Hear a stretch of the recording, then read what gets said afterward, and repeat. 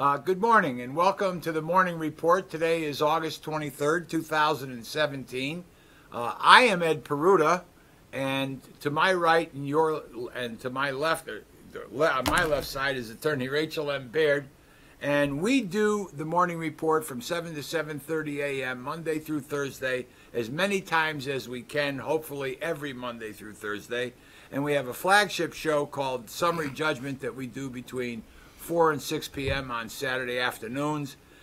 Rachel is an attorney here in the Northwest Hills of Connecticut and specializes in a lot of different stuff, but... well, I don't specialize. We're not allowed to say that. No, you're not allowed to say it. Okay. Nope. And I am the president of American News and Information Services, and it is a organization that responds to breaking news, unassignable assignments, incidents, and I gather information for people upon request. So it looks like we have a self-defense shooting case in Connecticut now out of Ridgefield. A homeowner was charged with multiple crimes late Monday after police say he shot a 15-year-old Waterbury girl who was with a group of teens trying to steal his SUV earlier this summer.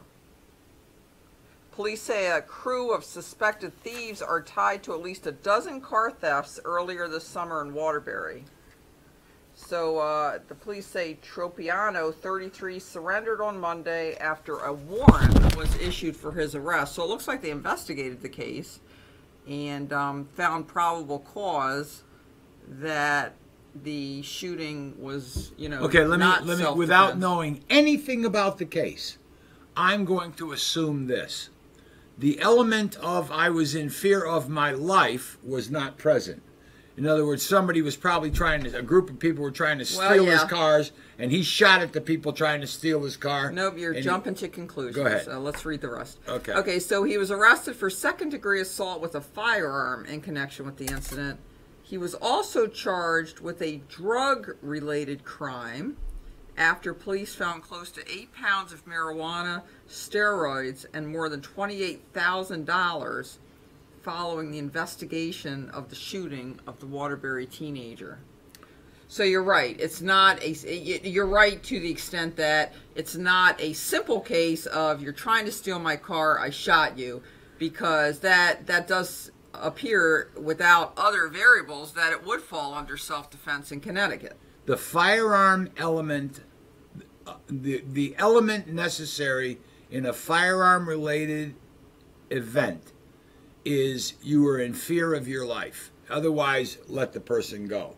And that's even going to police officers now, because that Tennessee case that I told you Tennessee about. v. Garner. So as the crew moved in to steal a Range Rover parked outside of a home, a man emerged yelling. Then gunshots rang out. The crew escaped from the property, but the 15-year-old girl was wounded, suffered a gunshot to her back, made her way to Waterbury Hospital, initially told police someone shot at her at random while she was walking on the street. And they later found the car used by the teenage thieves, blah, blah, blah. I want to get to the drug part. After the attempted theft of the SUV and the shooting, police also seized cash and a cell phone from the SUV and another $26,000. Oh. So I'm trying to read through it too fast, but it sounds like they tried to steal his car, and then his car had the marijuana and the cash in it. Maybe they were trying to get the cash and marijuana out of the car. Boy, that sucks. But you know something? It is what it is. Yeah. I believe that if someone is trying to steal your car in the driveway, and we had a case, you had a case, where someone was trying to steal and roll a car out of the driveway, and the homeowner came out with a gun, and the police kind of looked at the gun owner like, you shouldn't do this. Well, that's bullshit. It says here, guns can be used to protect life or stop what a reasonable person would consider a life-endangering threat, but stopping someone from stealing property absent that threat isn't one of the reasons allowed by law to open fire. Now, let me see if I can just read the first part about the third person. Guns can be used to protect life or stop what a reasonable person would consider a life-endangering threat. But stopping someone from stealing property absent that threat isn't one of the reasons. Okay, listen to what I'm going to say to you, because I remember this like it was yesterday, and I've never been able to forget it, because it was the event that terminated my career in law enforcement. A person has the right to use reasonable physical force, including deadly physical force, to make the arrest of a fleeing felon or protect himself or a third party from expected bodily harm. Okay, now, Tennessee v. Gardner overrode that. But if I think that person A is going to kill person B, I can use reasonable physical force up to and including deadly physical force to protect person C from person B and but that wasn't present here. What I'm not understanding from this article, and I've read it, I've had a chance to read it now, is how the police got a hold of the guy's SUV to find the drugs and the cash in it. Because the kids didn't steal it. They were unsuccessful in stealing it. So how did the police get into that SUV? That's what I'm not understanding. How did you morph, or what's the word they use? Whatever. Treadway? Transition? No. Okay. I don't know what she said she was shot randomly in the back and didn't say I was shot at the address by the homeowner. So how did they find the SUV and the location of the shooting unless they... Well, did the homeowner call 911? I mean, possibly. That seems like that's what he would have done, called 911 after somebody was trying to steal his car. And how did they get into the vehicle? Yeah, did the police come and... This guy, knowing he has all this stuff in that vehicle, invite him onto the property. Did he say, "Yeah, check out my vehicle"? Yeah, but you just leave the 8 pounds of marijuana and the cash in the vehicle. No, you know something. Maybe they got a search warrant for the vehicle. Okay, it's 7:09. Okay, let's get going. And I want to thank you for having a verbal, professional. What? Relationship with Attorney Dangle. No, I don't know what you're talking about. This. No, I follow him on LinkedIn. I don't know him. I've never spoken to him. I follow him on LinkedIn, and we found this morning. All right, and this to me, and I read the title of it. Public Recording of Police. It is a threefold brochure put out by the International Association of Chiefs of Police. They're based in Alexandria, Virginia. And it looks like there's a whole packet that's been put out about how to instruct police officers in the public recording of police, maybe some videos that they can watch and all that. And I know you have a policy, a model policy for police departments. And looking over the brochure, we substantially agree with what they're saying. I've been singing that song for 25 years. If only it was followed in practice, right? I was singing that song out when J.C. Playford was being harassed in California. I sang that song when I was harassed in Connecticut in the late 80s, early 90s. I was singing that song. Officers should always assume that they are being recorded when in a public space. And I got into this in a discussion during a presentation that I gave last week. Well, you know, what if we're in a public space trying to talk privately with somebody, or the victim has privacy? I'm sorry, you're in a public space. I don't know what else to tell you. I need to tell everybody on the other side of the camera that there was a situation in New Britain, Connecticut, which prompted me to speak to the chief with Rachel with me. And Rachel was invited by the New Britain Police Department to give instruction or a presentation on 3 occasions where almost every member of the New Britain Police Department. Well, I've only done 1. But there's 3. Yeah. And you were asked to be a presenter on First Amendment and Second Amendment issues. I'm gonna supplement my presentation with this information. Absolutely, because I noticed down here where the photo credit of the picture of the policeman on the cover. That's the brochure. Is attributable to the General Counsel for the National Press Photographers Association. And here's the model policy. Mickey Osterreicher, and I always butcher his name. Osterreicher. Osterreicher. But who knows? And I know Mickey from being a member of NPPA, and I've often sought his counsel and advice as a mentor on these issues because he sees them all. He hears about them all because of his position with the National Press Photographers Association. But what are some other things that are really good on here? Officers may not arrest individuals for the act of recording. Officers should develop a suitable response that will deflect any negative reactions, such as acknowledging the individual's First Amendment right to record and asking whether he or she would like to speak to a supervisor. Okay, and you wanted to know what else. So let's go to this one because I can actually talk to this. Restrictions on public recordings. While the public has the broad-based right to record police activities, that right is not absolute. It is subject to some narrowly defined limitations.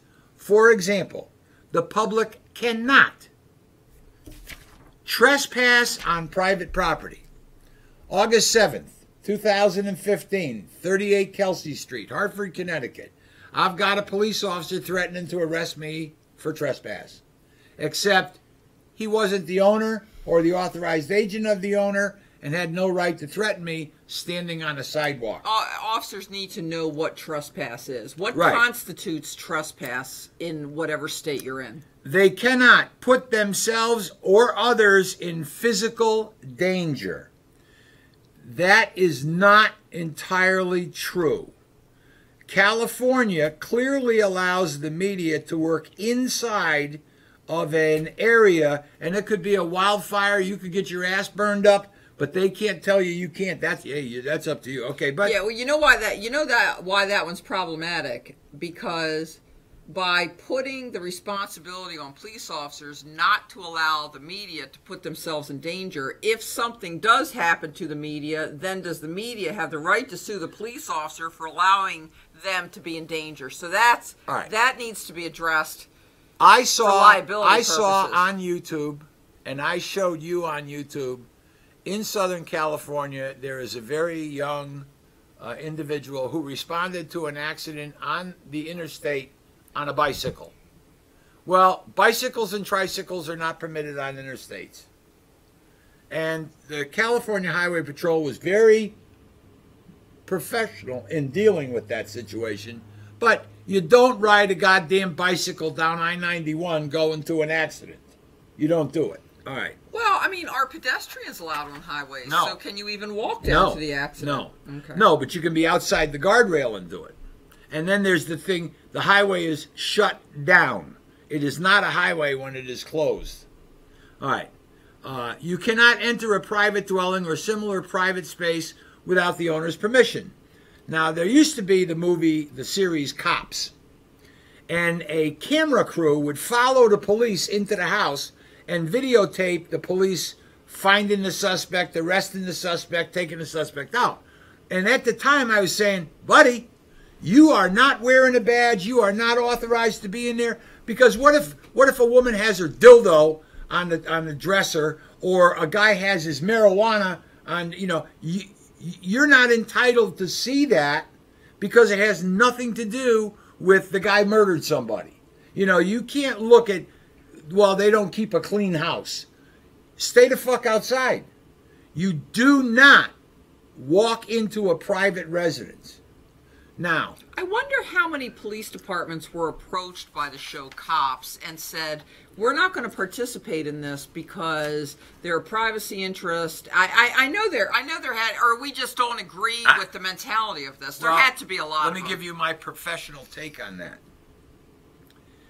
If the production crew or the company that produced Cops had gone to the commissioner of the New York City Police Department and said, can we follow your guys around like this? They would say, absolutely not.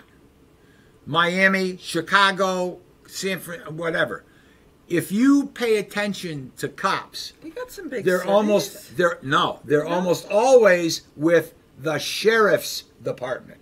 And the sheriff is an elected official who wants to curry favor. Never thought of that. No. I noticed it right away. Most of the programs where they were doing that was with a sheriff's department, where the sheriff is an elected official. You know, like in New York, look, I'm the commissioner. I don't need to play to the public. I only have to please the mayor. You're not doing that in my city. But I noticed right away that it was mostly sheriff's department. But let's see if we can get through. That was enter a private dwelling. Now, the other aspect is there's a house fire. I did a house fire, and you were with me in Marlborough, Connecticut, where I got out of the car and I had to walk in. And I went on to privately owned property, and I was in the backyard standing there videotaping the fire from outside the dwelling. I wasn't in the fire. And I got my video and I left. Now the question is, did I have the right to be on that property, and could the property owner have ordered me to leave the property? Here's where that rubber hits the road. When there is a fire and the fire department arrives at your house and the chief sends his people onto your property, for the duration of that event, your property belongs to the fire chief or senior officer on the ground. He can invite anybody in he wants. He owns that ground. The chief owns the ground he's standing on until he's done and leaves. So you can enter private property if there's a public event taking place. If in fact, and police don't own it, but fire owns it. Police can tell you to stay off, but where fire is, okay. You cannot enter a marked crime scene. I saw that. Now, I agree. You cannot enter a marked crime scene. Where the problem comes up is, how do you reasonably define a crime scene? Now, our master control was in Oak Ridge, Tennessee at a rowing regatta, and the police department was using yellow tape to mark off areas that they didn't want people to go into. And the photograph actually said, crime scene, do not enter. And Dan sent the picture to us and said, must be a pretty big debris or evidence field. Because a crime scene is defined to the outer limits of the debris, plane crash, for example, or evidence. It doesn't extend 25 miles. Well, when a space shuttle came down. Do you know what? When you said that, you reminded me of a group called the Oak Ridge Boys, and I've actually been to a concert. Oh, yeah. Because I think in the 80s, I was very into country music. I did, whatever you do, the line dancing. Yeah, that was when Mickey Gillies was big. Did you wear cowboy boots? I did. Yep. So, and so I went to an Oak Ridge Boys concert, and you mentioned that Master Control had just been to Oak Ridge, Tennessee, and that is where they originate from, right. Oak Ridge, Tennessee. Okay. Okay, so you can't enter a marked crime scene, but, if they put the crime scene tape 17 miles away, this wasn't the Discovery disaster over the state of Texas where the debris was scattered for 300 miles. You cannot enter any area not accessible to the general public. I'll somewhat agree to that, but I'm not gonna give up where I can and can't go because the general public's not there ahead of me. Right. You cannot materially. I'm trying to think where that would be. Somebody's house? Well, we've already. Oh no! Oh, okay. I'll give it to you. And this is law enforcement talking now. The property is posted as no trespassing. Well, okay. United Technologies property in East Hartford, Connecticut. It's got a fence, it's got curtilage, it's got signage, and it says nobody comes in here. And the police are working inside of the fence. Well, that's why I find that video with J.C. Playford at the Dunkin' Donuts on Washington Street in Hartford so ambiguous. The girl working there at Dunkin' Donuts did say to him, "Don't record here." Right. And it was private property. It was. I believe they have signs around that say no loitering, although he said that he was waiting for you to pay, or somebody was inside that he was waiting for. I was in getting a coffee. Right. But I don't know. I mean, when I showed that at the presentation, I'm like, I don't know. Should he have, when somebody who has authority, and let's just assume she had authority, she had her uniform on, she was working there, maybe she's a manager. Okay, let me get specific. I think that the owner of a piece of property has the right to order you to leave the property, but does not have the right to tell you what you can or can't do when you're legally on the property. Well, that's being hyper-technical. What you could say is, I want you to stop recording. Oh, you're not going to stop recording? Then leave the property. I mean, I think that's basically what somebody's saying. Right. But the situation in that JC case was this. I arrived in an automobile. I do not have an automobile to leave. I'm from California. I don't even know where I am. Well, nobody cares about that. No. That's your tough and line. and I'm simply waiting for the person who's in, legally here, whatever. Okay. Well, let's go to the last one. Okay.